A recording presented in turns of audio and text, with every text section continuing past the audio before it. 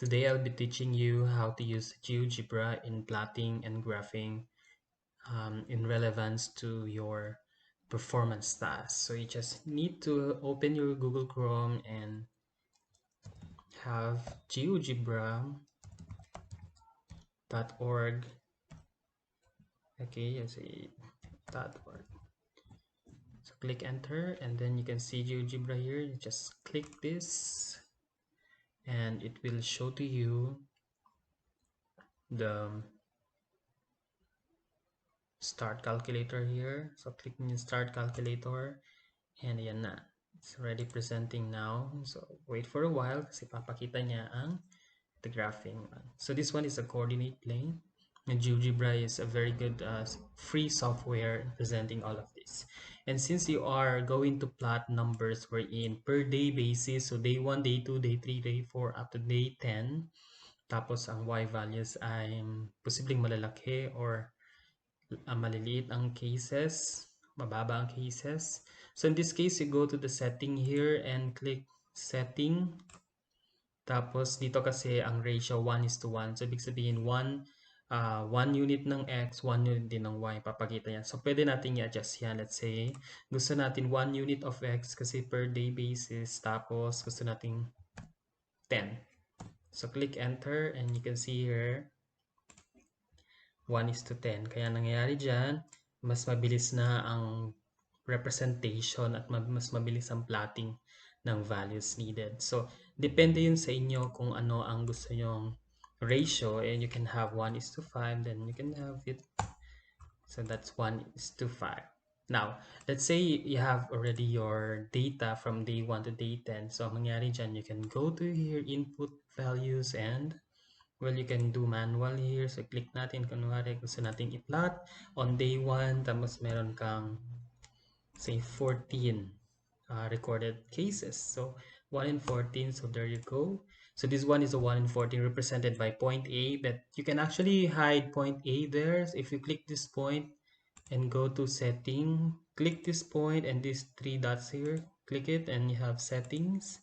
And you can show label or kayo ang mag-decide dyan. But since this is plotting, then you might as well not show the necessary that label.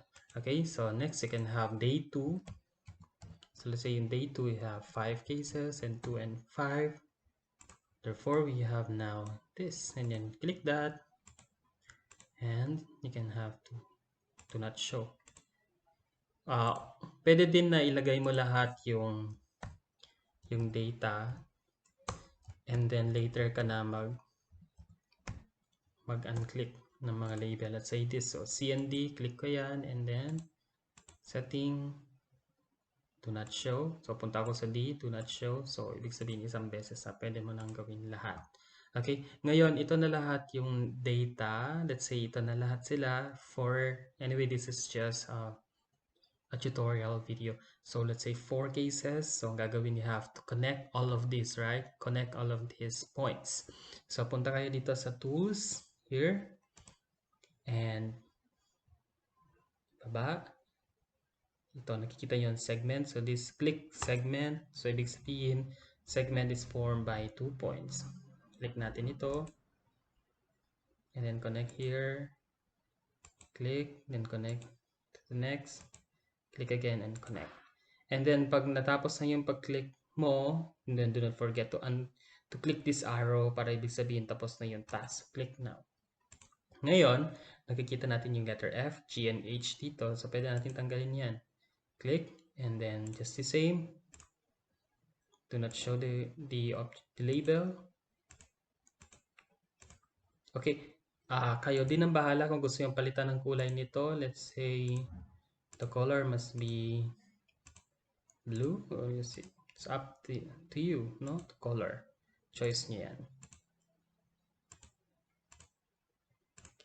Okay, so tuloy-tuloy lang yan up to 10 days hanggang kung kailan yung data. Okay, pagkatapos niyan na-connect na yan, gagawin mo, pwede ka mag-print screen dito mismo sa laptop mo, or cellphone, or pwede din namang i-download. So kung gusto mong i-download yung photo, go here, and then you see export image. So kapag i-click mo export image, papakita itong image na to. But before that, gusto mong lakihan yan, or let's say, set mo siya ng ganyan, itsura niya. At since marami yan, no, up to 10. So let's say hanggang ganyan. Para pag i-export mo na kung ano ang nakikita sa screen, yun namang i-export. Yan siya. Okay, so just click download. It's already downloading here. Then click that to verify. So yun na yung image. Okay, so that easy. Now, if you choose to have manual plotting of points, make sure that you have equal units on the y-axis.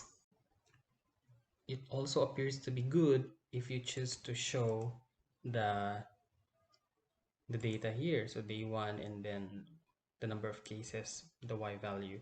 So dito, pwede ka mag-right click and just click setting.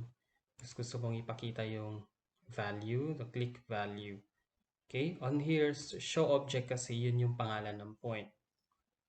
Pag in-click mo yan, gusto mo lang ipakita yung value din. There is a value. Ibig sabihin, on day 1, we have 14 cases. Same here, pwede mong i-click yan and show value. Next point, you show value on the other. So there you go. Yan.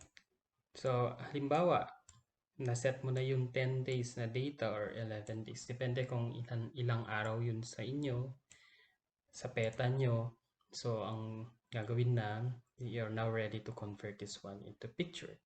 Just go to export image again. And is that the kind of picture you want to export? So, let's say, lakihan mo pa yan. Pwede nyo naman kasing i-zoom ang inyong screen para mas maganda yung photo na magpakita. So kung nilitan nyo ng ganyan, ganun din magpapakita. So pag nilakihan nyo naman ng ganyan, malaki din yung magpapakita. So you can now have to export it, export image and download. So you're now downloading the image. So yun na siya. Nandito na ito sa downloads mo. So it's free and it's very easy to use. Thank you.